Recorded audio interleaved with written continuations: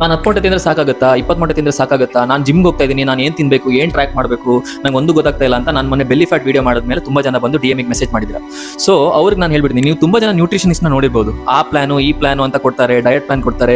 ನೀವು DM ಅಲ್ಲಿ ಕೇಳ್ತಾ ಇದ್ದೀವಿ, ಬ್ರೋ ಡಯಟ್ ಪ್ಲಾನ್ ಕೊಡಿ, ನಾನು ಜಿಮ್ಗೆ ಹೋಗ್ತಾ ಇದ್ದೀನಿ, ಏನು ಡಯಟ್ ಮಾಡಬೇಕು. ಸೊ ಫಸ್ಟ್ ಅರ್ಥ ಮಾಡ್ಕೊಳ್ಳಿ, ಡಯಟ್ ಅಂದ್ರೆ ಏನು. ತುಂಬಾ ಜನ ಡಯಟ್ ಅನ್ನೋ ವರ್ಡ್ನ ಫ್ಯಾನ್ಸಿ ವರ್ಡ್ ಮಾಡ್ಬಿಟ್ಟಿದ್ದಾರೆ. ಡಯಟ್ ಅಂತ ವರ್ಡ್ ಕೇಳಿನೇ ಒಂಥರ ಫುಲ್ ನಡ್ಕ ಬಂದ್ಬಿಡ್ಬೇಕು, ಹೆದರ್ಕೊಂಡ್ಬಿಡ್ಬೇಕು. ಸೊ ತುಂಬಾ ಜನ ನೀನು ವೆಯ್ಟ್ ಗೇನ್ ಆಗಿದ್ಯಾ, ನೀನು ಡಯಟ್ ಮಾಡಬೇಕು ಅಂದ್ರೆ ಫುಲ್ ಅವರ ಡಯಟ್ ವರ್ಡ್ ಕೇಳಿನೇ ಅರ್ಧಕ್ಕರ್ಧ ಜನ ಗಿವ್ ಅಪ್ ಮಾಡ್ಬಿಡ್ತಾರೆ.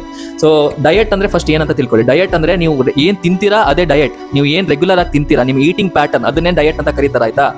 ಇದು ಕೋರಲ್ಲಿ ಇದು ಡಯಟ್ ಅಂದ್ರೆ ಇದಕ್ಕೆ ಮೀನಿಂಗು. ಡಯಟ್ ಅಂದ್ರೆ ಬೇರೆ ನೀವು ಟೇಸ್ಟಿ ಫುಡ್ ಬಿಟ್ಟು, ಶುಗರ್ ಬಿಟ್ಟು, ಎಲ್ಲ ಬಿಟ್ಬಿಟ್ಟು, ಊಟನೇ ಬಿಟ್ಬಿಟ್ಟು ವೆಯ್ಟ್ ಲಾಸ್ ಮಾಡ್ತೀನಿ ಅಂದ್ರೆ ಅದು ಡಯಟ್ ಅಲ್ಲ. ಫಸ್ಟ್ ಇದನ್ನ ತಿಳ್ಕೊಳ್ಳಿ. ಸೊ ಇವಾಗ ಯಾರೋ ಒಬ್ರು ಇಡೀ ದಿನ ಜಂಕ್ ಫುಡ್ ತಿಂತಾರೆ, ಆಯ್ತಾ. ಸೊ ಅದು ಅವ್ರ ಡಯಟ್. ಸೊ ಯಾರೋ ಒಬ್ರು ಕ್ಲೀನ್ ಫುಡ್ ತಿಂತಾರೆ, ಅದು ಅವ್ರ ಡಯಟ್. ಎರಡಕ್ಕೂ ನಾವು ಡಯಟ್ ಅಂತಾನೆ ಹೇಳೋದು, ಅರ್ಥ ಆಯ್ತಾ. ಸೊ ಇವಾಗ ನಿಮ್ ಡಯಟ್ ಅಂದ್ರೆ ಯಾವ ತರ ಇರಬೇಕು, ಒಂದು